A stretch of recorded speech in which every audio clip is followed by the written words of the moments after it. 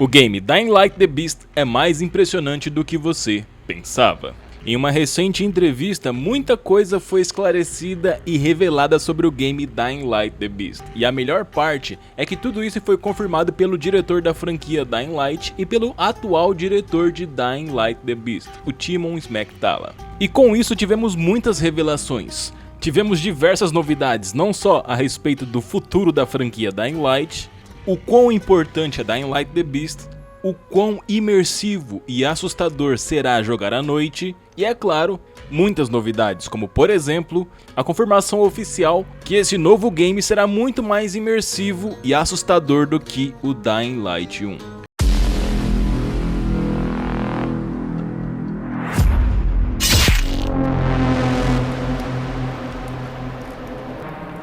E como sempre, quem puder, torne-se membro para apoiar o canal e também receba conteúdos exclusivos. Temos mais de 56 vídeos exclusivos para membros, não só vídeos, mas também lives. E além de tudo isso, você ganha um cargo especial no Discord com uma sala privada para os membros. Desde já agradeço o seu apoio e o seu carinho. Bom, finalmente a entrevista agendada para o dia 25 aconteceu e ela foi muito mais reveladora e impressionante do que pensávamos. Vamos iniciar aí com a primeira pergunta, que diz o seguinte: o quão importante é Dying Light The Beast para o futuro da franquia e o que esse game significa no fim das contas? E a resposta foi dada pelo próprio diretor, Timon Smektala. A resposta é a seguinte: what does Dying Light the Beast story narrative means for the franchise? I think this is, for me personally, and I think we kind of also approach this in this way. This is a game that will be the culmination of the 10 years of our development journey on the series so far. So this means that we are touching and taking inspirations and answering questions that still are unanswered from the first game and also a little bit from the second game. Of course, we are bringing the character from the first game, but you will see that the story of the beast is somehow connected to everything that happened before. So it kind of closes the first 10 years of the history of the franchise. And it's also a culmination of our experiences and learnings as a developer. We learned a lot from Dying Light 1. We learned a lot from Dying Light 2. Those games were actually quite different in the feel, in how we approached the zombie experience, the zombie apocalypse. The first one was a little bit more on the survival side. The second was a little bit more on the action side. And I think by trying those two approaches, we now know what's the perfect formula for Dying Light game. What's the secret sauce that hopefully will work for the beast. So in that way, we are also using those experiences. Our technology has matured. So we always wanted to master the first person melee combat, the first person parkour. And I think this is something that the beast does, because basically we have been constantly learning and taking experiences and gaining insights on how to create those systems. So definitely the beast benefits from that. Now, looking into the future, this closes the first decade, the first chapter, the first tome of Dying Light story, but we hope this will be also a grand opening for the future. The game looks beautiful. The game plays very well. The game, I think it's very approachable. Even if you are scared, I haven't played the previous two games, should I play it? I think you should, because it's also a very great entry point into the franchise. And at the end of it, we are hinting about some of our ideas for the future of the series. So I think that's how the beast positions itself in the whole history of the franchise. And going back to the last part of Diego's question, we don't expect to change the core formula for Dying Light, like a classic Dying Light game, where it's a narrative-driven, open-world survival horror with a great focus on immersion and making sure that we put you in the shoes of the main character in this zombie apocalypse. Now, this doesn't mean that we will not try to do different things, maybe with different projects, like even things like board game or a comic book. We are trying to make sure that Dying Light is not just the games, but not just this one type of game, but also many various other entertainment pieces. But definitely the core Dying Light experience will stay as it is right now, which is narrative-driven, open-world survival horror. Bom, além da resposta ser bem intrigante e também bem extensa, a parte mais interessante é aonde a Techland espera que Dying Light The Beast seja uma grande abertura para o futuro da série, e além disso, antes de encerrar, o diretor basicamente tenta não dar tanto spoiler ou revelar mais, pois ele já havia acabado de revelar os planos futuros da franquia. Create those systems. So definitely the Beast benefits from that. Now, looking into the future, this closes the first decade, the first chapter, the first tome of Dying Light story. But we hope this will be also a grand opening for the future. The game looks beautiful, and at the end of it, we are hinting about some of our ideas for the future of the series. So I think that's how The Beast positions itself in the whole history of the... Bom, a resposta é bem interessante e bem animadora, até porque Dying Light The Beast está sendo tratado com muita importância e também muita atenção. Então teremos aí um game que pode simplesmente pegar o que Dying Light 1 e Dying Light 2 tem de melhor e aumentar ainda mais a qualidade desses conteúdos. Mas infelizmente só o tempo dirá. A próxima pergunta é o que Dying Light The Beast significa. Temos Dying Light 1, temos Dying Light 2, por que não Dying Light 3? Por que é Dying Light The Beast? E o que isso significa? E a resposta é bem animadora. Obviously, we had Dying Light 2, Stay Human, and then this one, instead of being Dying Light 3 The Beast, it's just Dying Light The Beast. Is there any significance behind that, or? The fact that it doesn't has 3 in it, or the subtitles? Well, kind of both. Okay, so the fact that it doesn't has 3 in it, okay, let me rephrase it. I think this is just a naming convention, but what I think what's the most important is actually the subtitles. And even if you say it like that, you see that there's some kind of an arc. Like there's Dying Light, and there's Stay Human, and there's the Beast. So there is some kind of a narrative, which I think also follows the main protagonists of the game. At the same time, I think the Beast, I think is important to say that it has a couple of meanings. And of course, the most obvious one, especially based on what players know already, is that Kyle Crane is the Beast because he has access to those powers.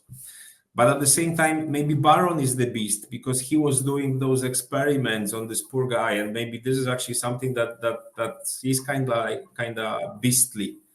And we're also saying that there is maybe another beast somewhere in the forest that you're hunting for that also terrorizes the area. So the name was chosen on purpose because it has a couple of meanings. And I think when you finish the game, you will kind of see that the interpretation of who the real beast is maybe not as simple as you might think right now.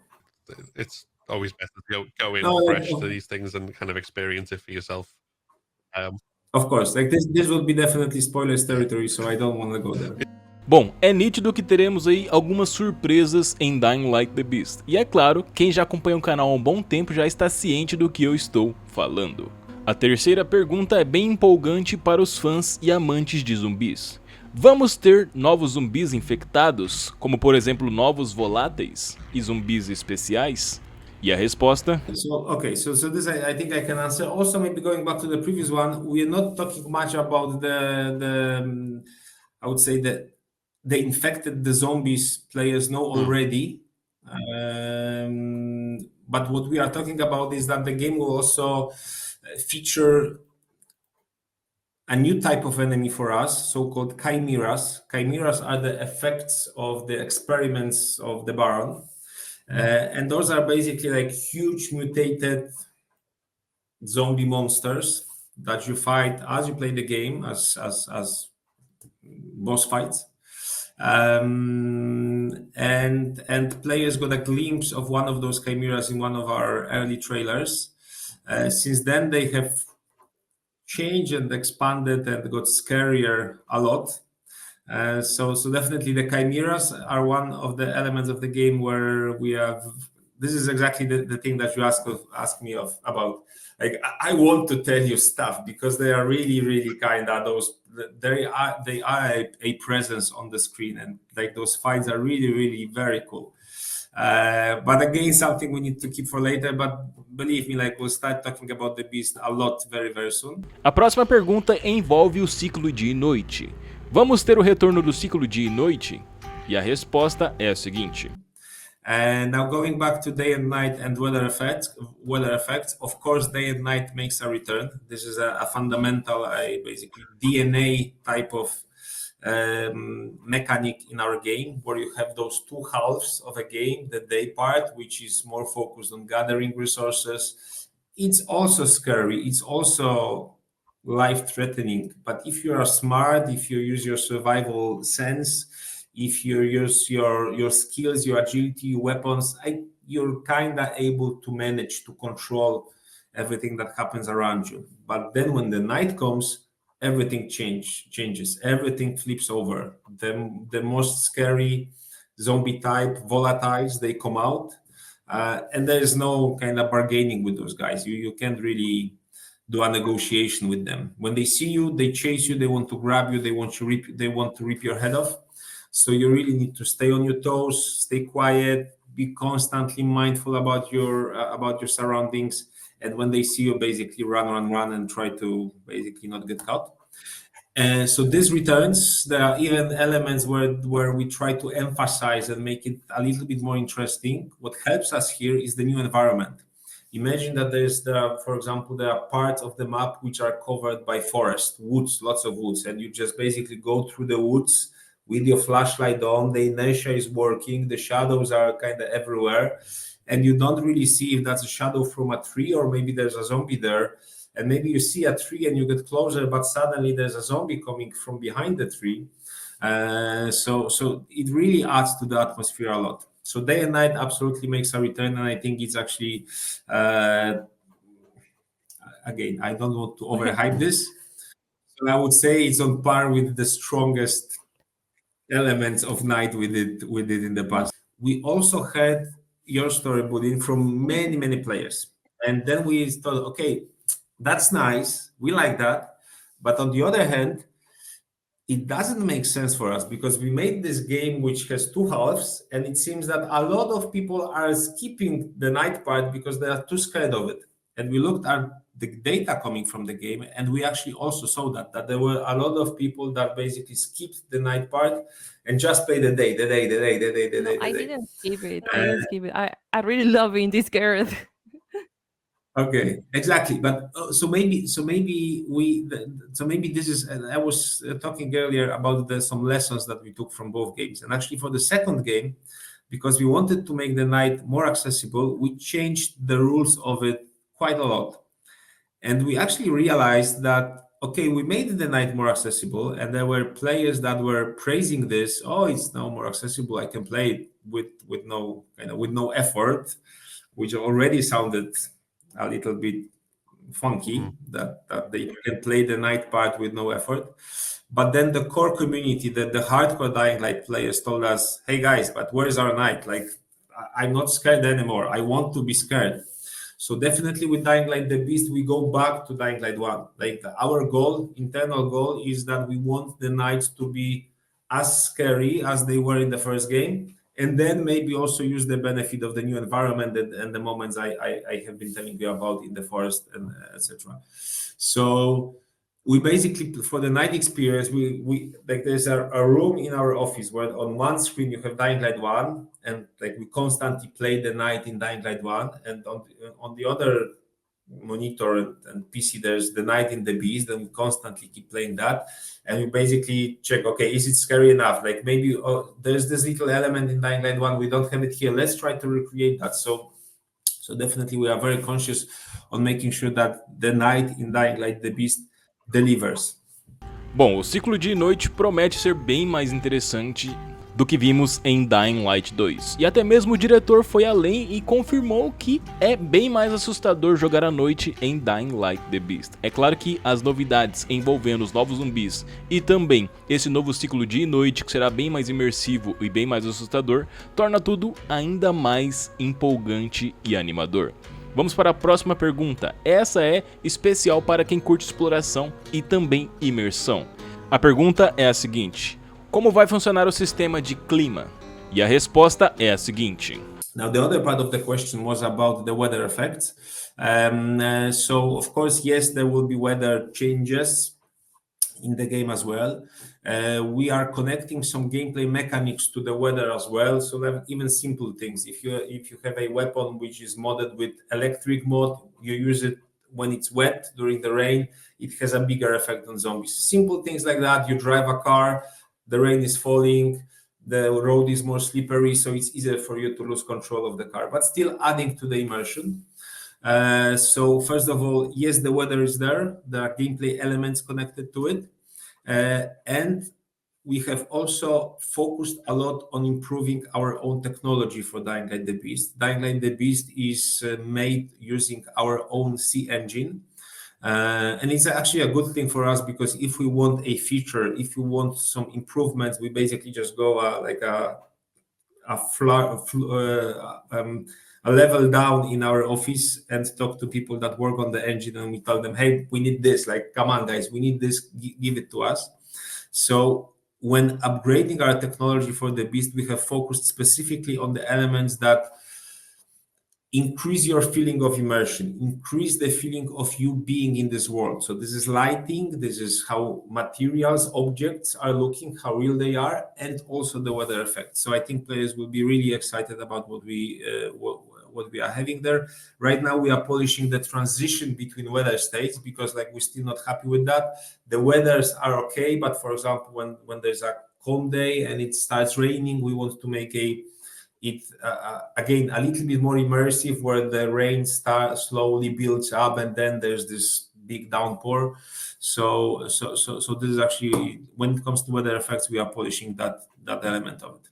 Bom, essas foram as perguntas e também as respostas, tornando Dying Light The Beast muito mais atraente até o momento. Até porque muitas pessoas estavam hypadas e animadas, e saber que o game será não só mais assustador, mas também mais imersivo e muito mais agradável de jogar por ser mais imersivo e receber muito mais melhorias do que os seus antecessores, torna Dying Light The Beast muito mais atraente e também muito mais interessante. É claro que tudo isso é animador e muito positivo, mas o resultado final só saberemos quando o game lançar. E o diretor prometeu que vamos ter novidades um pouco antes do lançamento, então podemos esperar aí, quem sabe, mais um trailer ou quem sabe mais novidades. Mas e aí? Qual dessas novidades, qual dessas respostas mais te animou e te agradou? Qual delas chamou mais sua atenção? O clima dinâmico? O clima bem mais imersivo? A gameplay mais atraente e mais assustadora?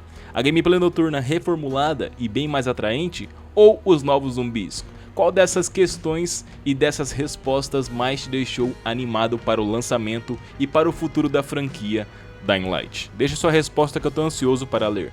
Bom, infelizmente é só isso, eu espero muito que você tenha curtido, e é claro, não se esqueça de ativar as notificações e também se inscrever no canal, pois teremos muitas novidades, não só da franquia Dying Light, mas de outros games muito em breve. E é claro, o de sempre, vocês já sabem, assim que eu tiver novas novidades, novas informações, eu trago pra vocês. No mais, tenham todos uma boa noite e boa sorte.